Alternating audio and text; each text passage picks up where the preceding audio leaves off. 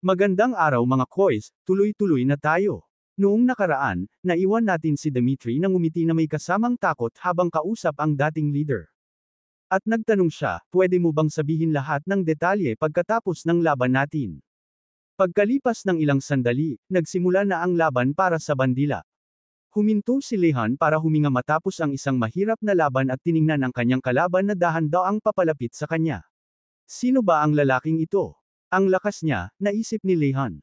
Ang kanyang kalaban ay may dalawang espada at sa halip na mukha, isang metal na bungo ang nakasuot sa kanyang mukha.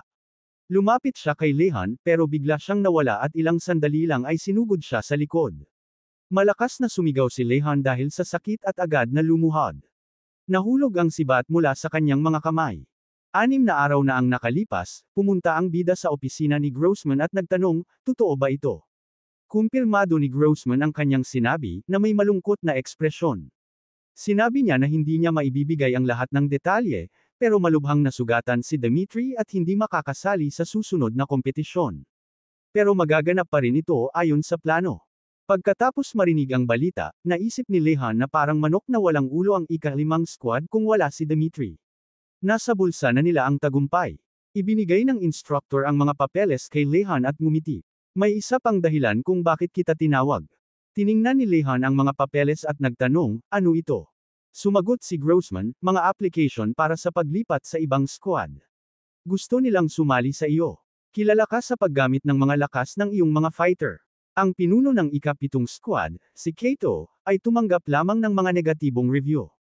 Nanatiling tahimik si Lehan habang tinitingnan ang mga dossier ng mga pangalawang taon. Naisip niya na alam niya na mangyayari ito.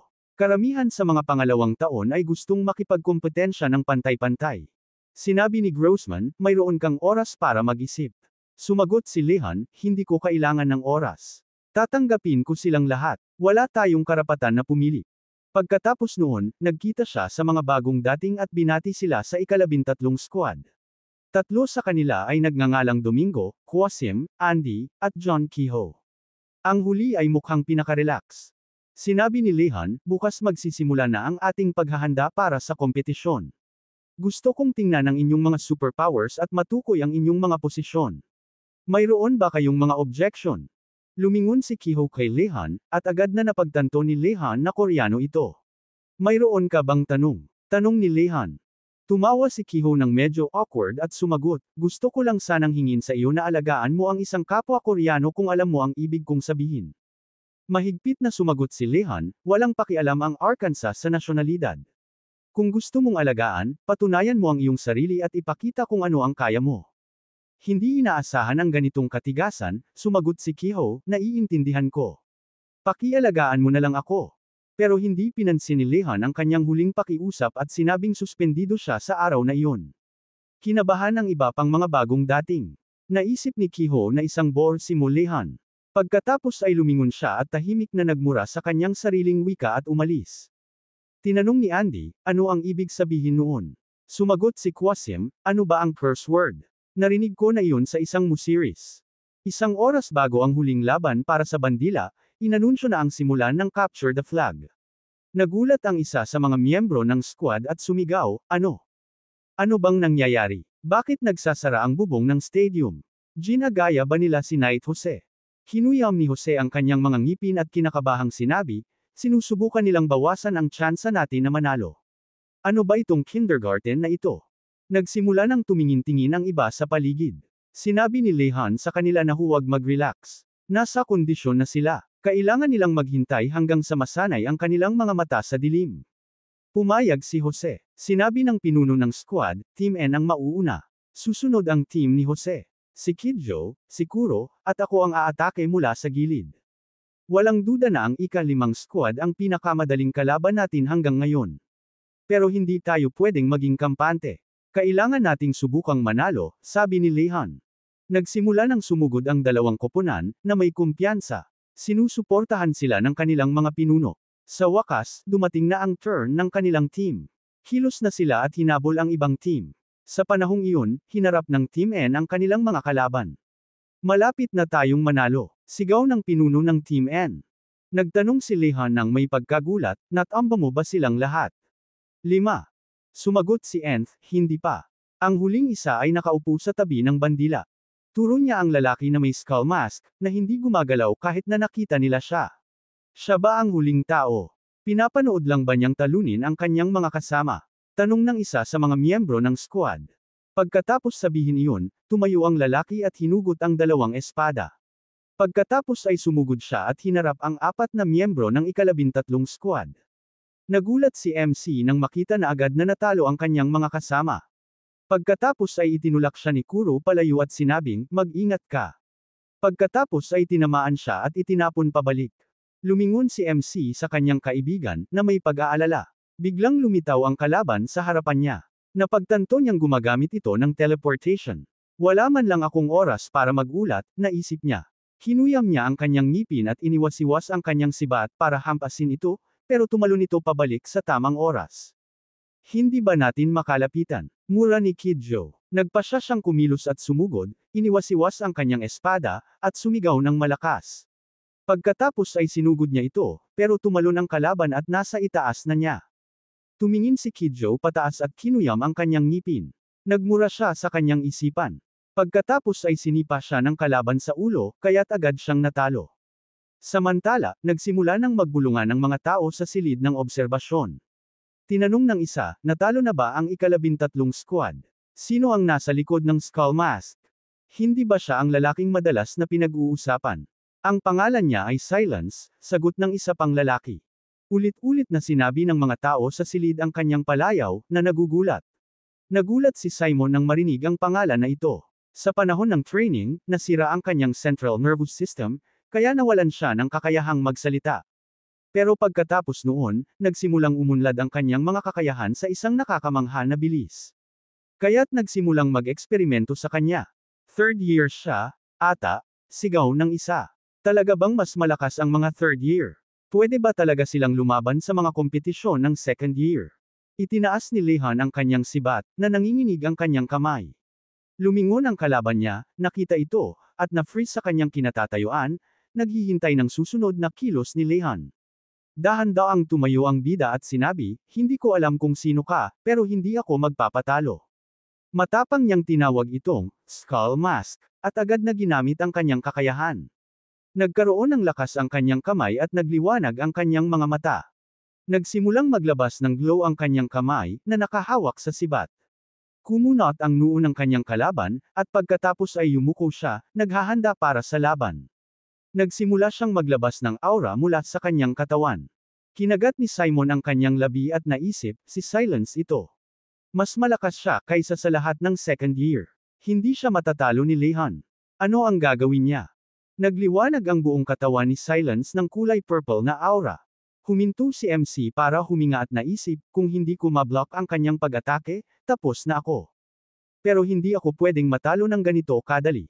Kailangan kong mag-isip. Ang skull na ito ay tumatakbo ng 15 metro kada segundo. Malamang na hindi niya iniipon ang kanyang lakas, kaya't mas mabilis siyang gagalaw ngayon. Pero ang layunin ng kompetisyon ay hindi ang talunin ang lahat, kasama na ang lalaking ito, kundi ang makuha ang bandila. Kung mapipigilan ko siya, mananalo tayo. At kaya kong gawin ito kapag ginagamit ko ang aking kakayahan. Nag-concentrate siya at nakita niyang humakbang ang kanyang kalaban. Nanlaki ang kanyang mga mata. Biglang nawala si Silence. Nakita ni Lehan ang malabo na espasyo sa kanyang paligid at napagtanto na kaya niyang masubaybayan ito. 2 beses na ginamit ni Silence ang teleportation para makalapit sa kanya, pero kailangan niyang gumamit ng pangatlong beses para mahit siya. Napagtanto ito ni MC at mabilis na umiwas sa pag-atake nito. Nagulat ang kanyang kalaban nang makita iyon. Agad na sumugod si MC para umatake at iniwasiwas ang kanyang sibat mula sa ibaba pataas. Binitawan niya ito. Ibinato ni Silence ang kanyang ulo pabalik, umiiwas sa pag-atake, pero medyo napunit ang kanyang hood. Tumingin siya sa mga mata ng kanyang kalaban at nakitang hindi na ginagamit ng bida ang kanyang kakayahan. Agad niyang tinamba ito at pinindot sa lupa gamit ang kanyang paa. Pagkatapos ay itinaas niya ang kanyang espada. Medyo hilig niya ang kanyang ulo sa gilid. Hindi niya maintindihan kung bakit ito nakangiti. Hindi niya alam na ang sibat ni Lehan ay nahuhulog na sa kanya. Ilang sandali lang, tumama ito sa kanyang ulo at na-stun siya. Lumipad ang isang mekanikal na mata mula sa kanyang skull mask, na nagpapakita ng nasa ilalim nito. Pagkatapos ay umikot ang kanyang ulo at nahulog siya sa isang tuhod. Ilang segundo lang, nagbalik siya sa kanyang ulirat at lumingon, pero huli na. Kinuha na ni Lehan ang bandila ng kanilang team. Pagkatapos ng suntok, nagbalik siya sa ulirat sa loob ng 3 segundo. Ang galing, pero sapat na ang pagkuha ng bandila. Tumingin si Lehan sa bandila, ngumiti, at sinabi, nanalo tayo. Samantala, sa silid ng obserbasyon, tuwang-tuwa ang lahat dahil sa kanyang tagumpay. Si Simon, sa kabilang banda, ay galit na galit. Habang masaya ang lahat, hinuyam niya ang kanyang kamao, kumunat ang noo niya, at kinagat ang kanyang ngipin. Lumipas ang oras. Naglalakad si Kuro sa kalye nang makita niya ang isang pusa. Naisipan niyang pakainin ito. Kumuha siya ng isang piraso ng tinapay at tumawag ng mahina. Dahan-daang lumapit ang pusa at nagsimulang kumain ng tinapay. Hinimas ni Kuro ang pusa at sinabi, mabait na pusa. May isang pusa rin na nakatira malapit sa kanyang ampunan. Magkapareho sila. Nalungkot ang mukha ni Kuro at sinabi ng may ngiti, wala akong kaibigan. Wala rin akong natatanging talento. At naiiba ako sa lahat. Pero ngayon, may isang bagay na magaling ako, at may mga kaibigan na ako. Tumingin sa kanya ang pusa. Lumapit si Kidjo sa likuran ni Kuro at ngumiti. Ang tanga naman ng lalaking ito. Kinakausap ang pusa. Ang talo talaga. Pero ang mga kakayahan niya ay talagang mas cool. Tinawag niya si Kuro at tinanong kung ano ang ginagawa nito. Hindi napansin ni Kuro na papalapit ito at nagulat sa biglaang pagdating nito. Kailan ka dumating? Tanong ni Kuro. Hindi pinansin ni Kidjo ang tanong niya. Sa tingin ko may dapat tayong pag-usapan sa ating day off, sabi niya. Tumayo si Kuro at tinanong kung ano ang gusto nitong pag-usapan.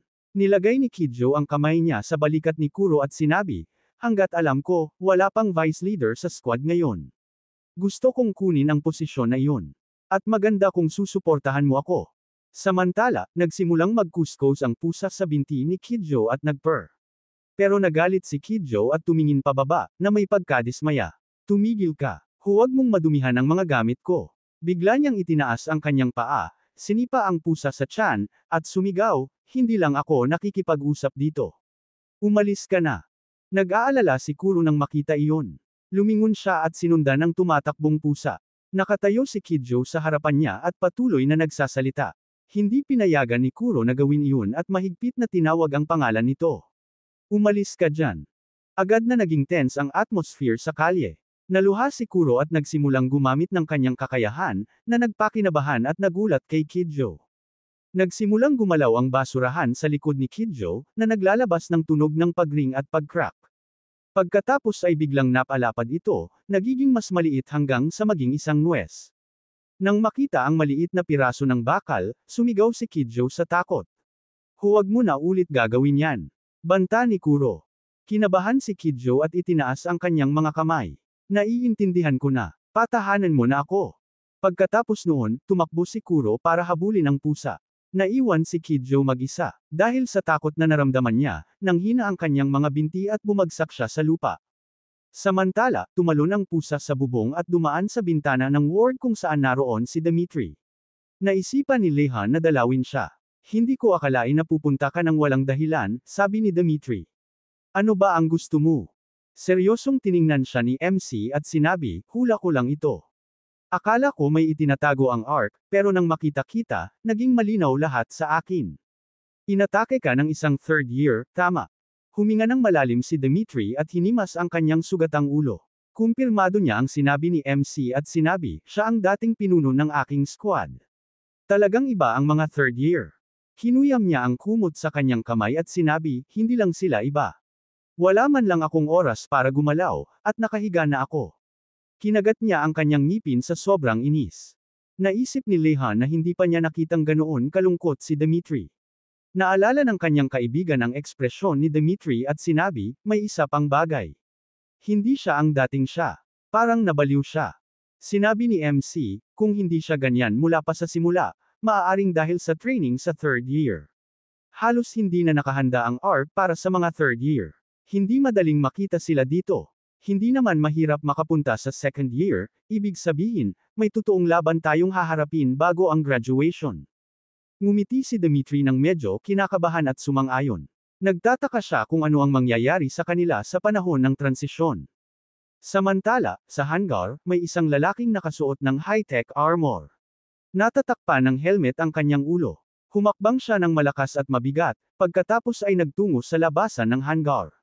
Sa sandaling iyon, may isang bus ang dumadaan. Napansin ito ni Kuro at masayang sinabi, sa wakas, nahanap ko na. Umiyo lang ang pusa bilang tugon. Agad niyang binuhat ang pusa at may mga luha sa kanyang mga mata. Nasaktan ka ba? Pasensya na. Babalik na tayo at bibigyan kita ng maraming treats. Sa sandaling iyon, narinig ang mabibigat na yapok mula sa hangar. Nanginginig si Kuro sa takot. Lumingon siya. Lumapit sa kanya ang lalaki at nagtanong, sino ka ba? Narinig ni Kuro ang pamilyar na boses mula sa loob ng armor. Bumalik ang helmet at nagsiwalat ng mukha ng lalaki. Si John Red, ang sergeant. Ngumiti siya at nagtanong, Kuro ka ba? Ang laki na ng pinagbago mo. Halos hindi na kita nakilala. Pagkatapos noon, nagtungo silang dalawa sa Art Development Center. Bumili si John ng soda mula sa vending machine at nagtanong, nawawala ka ba? Ang layo mo nang napunta. Kumuha siya ng soda mula sa machine at ibinigay kay Kuro. May darating na para sa iyo at dadalhin ka sa dorm. Inumin mo muna ito habang naghihintay ka. Kinakabahan na nagpasalamat si Kuro. Binuksan niya ang lata at nagtanong, hindi ka ba galit? Medyo nagulat si John sa kanyang tanong. Pagkatapos ay napagtanto niya kung ano ang ibig sabihin nito. Dahil ba nandito ako? Ang second generation TV armor na nakita mo ay nasa testing stage pa lang. Pero malapit nang magkaroon ng announcement. Walang masama kung maaga mong makita. Hindi naman pwedeng lumabas ng mag-isa ang mga second year sa ARC. Nalungkot si Kuro at sumang-ayon. Pagkatapos ng pagpapalakas, hindi na tayo pwedeng lumabas sa lugar na ito maliban na lang kung tuluyan nang mawala ang ating kakayahan sa pakikipaglaban. Tayo lang ang resources ng ARC. Sumang-ayon si John at idinagdag, ang mga taong nagagalit ng walang dahilan ay mga tanga lang. Mga talunan, di ba? Nanginginig si Kuro sa mga salitang iyon at kinakabahang naisip, naiintindihan ba niya ang sinasabi niya? Sa sandaling iyon, lumapit sa kanila ang isang matandang lalaki na nagngangalang Charles Smith. Napansin siya ni Kuro at lumingon. Tinawag niya ang sergeant at nagtanong, kumusta ang test? Sumagot si Charles ng may ngiti, inaasahan ko na ang tanong na iyon. Maayos naman ang pag-react ng armor sa telekinesis, pero sa tingin ko dapat bawasan ang dami ng materyales at dragon flesh para sa internal system nito. Mahalagang palakasin ang kapangyarihan nito, pero kung masyadong sensitibo, mahihirapan itong kontrolin. Tinapik ni Charles ang balikat ni Kuro ng may ngiti. Hindi tulad ng first generation, ang mga ito ay magagawang i-calibrate ang kanilang telekinesis kasing dali ng paghinga. Tumingin ang matandang lalaki sa second year at iniunat ang kanyang kamay. Maganda na makilala ka. Ako ang pinuno ng first group. Agad na nakipagkamay si Kuro at nagpakilala. Sinabi ng sergeant na ang matandang lalaking ito ang lumikha ng T-Armor. Isang alamat siya. Sinabi ni Charles, ang first generation T-Armor ay binuo ng nagmamadali, kaya't may mga flaws. Ang second generation ay mas maganda. Malamang na ito ang pinakamagandang weapon. Lumingon si John kay Kuro at sinabi, ang armor na ito ay ginawa para sa inyo. Halos hindi mo pa ito makontrol. Kinakabahan na kinagat ni Kuro ang kanyang labi at naisip, kailangan kong suotin ang suit na nakita ko sa sergeant at lumaban sa totoong laban. Agad niyang na-imagine sa kanyang isipan kung paano siya nakikipaglaban sa mga monsters na pinamumunuan ng isang dragon. Hindi siya mapakali. Pagkatapos noon, dumating ang kotse para sunduin siya at si John. Pinanood ni na Charles at John ang pag-alis ni Kuro. Nagsindi ng sigarilyo si John. Ano ang mangyayari sa armor na sinubukan mo ngayon? Tanong niya. Sumagot si Charles, i-disassemble natin ito sa mga piraso at gagamitin ng magkahiwalay. Wala tayong masyadong dragon material. Dapat ba nating itago ang sample armor para sa ngayon? Hindi natin alam kung sino ang maaaring mangailangan ng armor na ito anumang oras, tanong ni John. Lumipas ang panahon. Nagsisimula ang araw sa ARC sa alas 5 ng umaga, pero nagigising si Lehan sa alas 4 ng umaga para isulat ang strategy sa laban, ang mga natatanging katangian ng mga miyembro ng kanyang squad, o ibang mga katangian. Siyempre, lagi niyang sinasabi at sinusuri ang kanyang mga kakayahan, kasama na ang iba pa. Ang kanyang telekinesis ay nasa ibaba pa rin ng average. Ibig sabihin, hindi ito gaanong kapaki-pakinabang. Hindi pa nga niya nagagamit ang absolute telekinesis ability na sinabi sa kanya ni Instructor Weyoy. Gayunpaman, nakadiscover siya ng isang kakayahan sa sarili niya na tanging siya lang ang mayroon sa mga second year. Ito ay ang absolute precision kapag gumagamit ng telekinesis. Sa panahong iyon, isinusulat niya ang impormasyon sa isang notebook, gamit ng tama ang kanyang telekinesis para isulat ang bawat letra. Kaya ni Kuro at Simon na gamitin ang telekinesis para gawing isang malakas na armas ang lapis, pero hindi nila ito magagamit para magsulat. Pagdating sa kontrol, mas mahusay siya kaysa sa iba. Kailangan niyang mag-training ng mas marami para mapaunlad ang kanyang precision. Tumunog ang kanyang pulse areas. Tiningnan niya ang display at napagtanto na oras na para pumunta na siya. Pagkatapos noon, nagtungo siya sa training. Tumakbo siya sa paligid ng stadium kasama ang kanyang squad at ilang iba pang squad, na itinatakda ang tamang bilis para sa kanyang mga kasama. Naabutan siya ng squad ni Dimitri. Tumakbo siya ng mas mabilis kaysa sa lahat at puno ng enerhiya, pero nagsimulang mapagod ang kanyang mga kasama. Tinawag niya si Lehan at tinanong, kumusta ang special crack kahapon? Sumagot si Lehan, sa pangkalahatan, wala namang espesyal. Napakaliwanag lang. Tama lang para sa date. Ang special crack ay isang bakas na naiwan matapos ang laban ng mga Dragon Squad at ang pagsasara ng gate sa utos ni Gran. Hinahati sa dalawang grupo ang mga second year at ipinadala para suriin ang crack. Nang i-report ito ng instructor, sinabi niyang ang special crack ay isang lugar kung saan nagtatagpo ang Earth at ang ibang mundo. Pinaniniwalaan na dahil sa mga ito, nagkaroon ng mga taong may kakayahan sa kanilang mundo. Makakatulong sa kanila na makita ang crack. Hindi ito delikado, kaya't hindi sila dapat mag-alala. Ang crack na ito ay nabuo ng mahigit 10 taon na ang nakalipas at hindi pa ito nagiging aktibo hanggang ngayon. Naalala ni MC ito at tinanong ang kanyang kaibigan, nakakaramdam ka ba ng kakaibang sensation kapag papalapit sa crack? Tama ba ako? Sumagot ang kanyang kaibigan, medyo nahihilo ang tao. Mahirap ipaliwanag. Makikita mo na lang lahat ngayon. Sumugod siya at masiglang sinabi sa iba na magmadali, pero huminto ang mga miyembro ng kanyang squad para huminga. Lumipas ang panahon. Natapos na ang training at sinabi ng bida sa kanyang squad na magkikita sila sa helipad sa alas 10 ng umaga pagkatapos mag-almusal at maligo. Mayroon silang libreng oras, kaya't sila na ang magdedesisyon kung ano ang gagawin nila. Huminto si Jose para huminga at tumawa. Parang field trip tayo.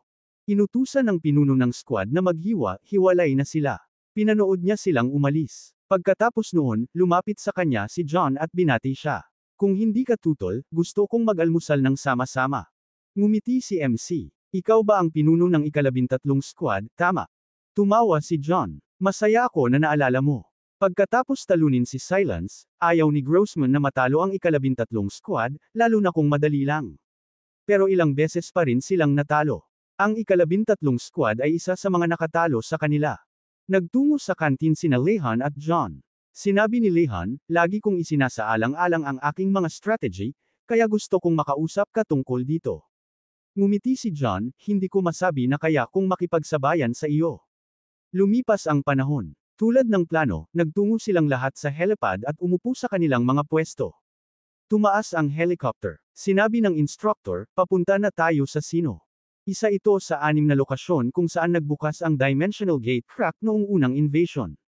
Nahati sa dalawang squad ang mga Dragon Squad at nagtungo sa Korea at China. Naglunsad ang North Korea ng nuclear attack sa kalaban, pero walang nangyari. Halos nawala sa mapa ang hilagang rehiyon ng South Korea. Naliquidate ang gobyerno ng North Korea at nagsimulang tumawid ang mga mamamayan sa demilitarized zone. Tinanggap ng Republic of Korea ang mga refugee habang ipinagtatanggol ang sarili mula sa invasion. Gayunpaman, hindi pa rin nakaka-recover ang bansa mula sa social at financial crisis noong panahong iyon.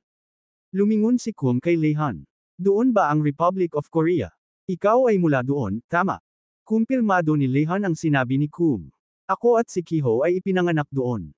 Lumapit ang grupo ng helicopter sa isla. Nang nasa itaas na sila at nakita na ang crack. Sinabi ng instructor, narito na tayo sa saya. Bumukas ang likod ng helicopter at naglakad ang ika-13 squad papunta sa gilid para tingnan ang crack. Agad na tumama sa kanilang mga mukha ang hangin at ang mga energy streams. Nakaramdam ng hindi mapakali si Lehan at kinuyam ang kanyang ngipin, iniisip, anong klaseng pressure ito.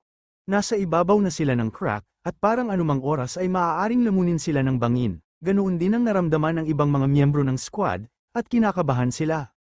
Pagkatapos, nagpatuloy ang kanilang paglipad at iniwan ang crack sa likuran. Bumalik sila sa kanilang mga pwesto. Sinabi ni Qasim na pagod siya, kahit na wala siyang ginawa. Sinabi naman ni Kuro na parang nadidiri siya. Ipinikit ni Jose ang kanyang mga mata at kinamot ang kanyang ulo. Gusto ko nang umuwi, maligo, at matulog, sabi niya sa iba. Tumingin si Lehan sa bintana sa panahong iyon at narinig ang dagandong ng isa pang helicopter, na napakalapit. Kung ito ang ika-4 na unit ng course, malamang ang ika-10 squad ito, naisip niya. Napakaseryoso ng kanilang paglipad, na magkakalapit. Napansin din ni John, na nakatingin din sa bintana, si Lehan at nag-thumbs up. Ngumiti ng bahagya si Lehan. Biglang nagliwanag ang isang beam at tumama sa helicopter.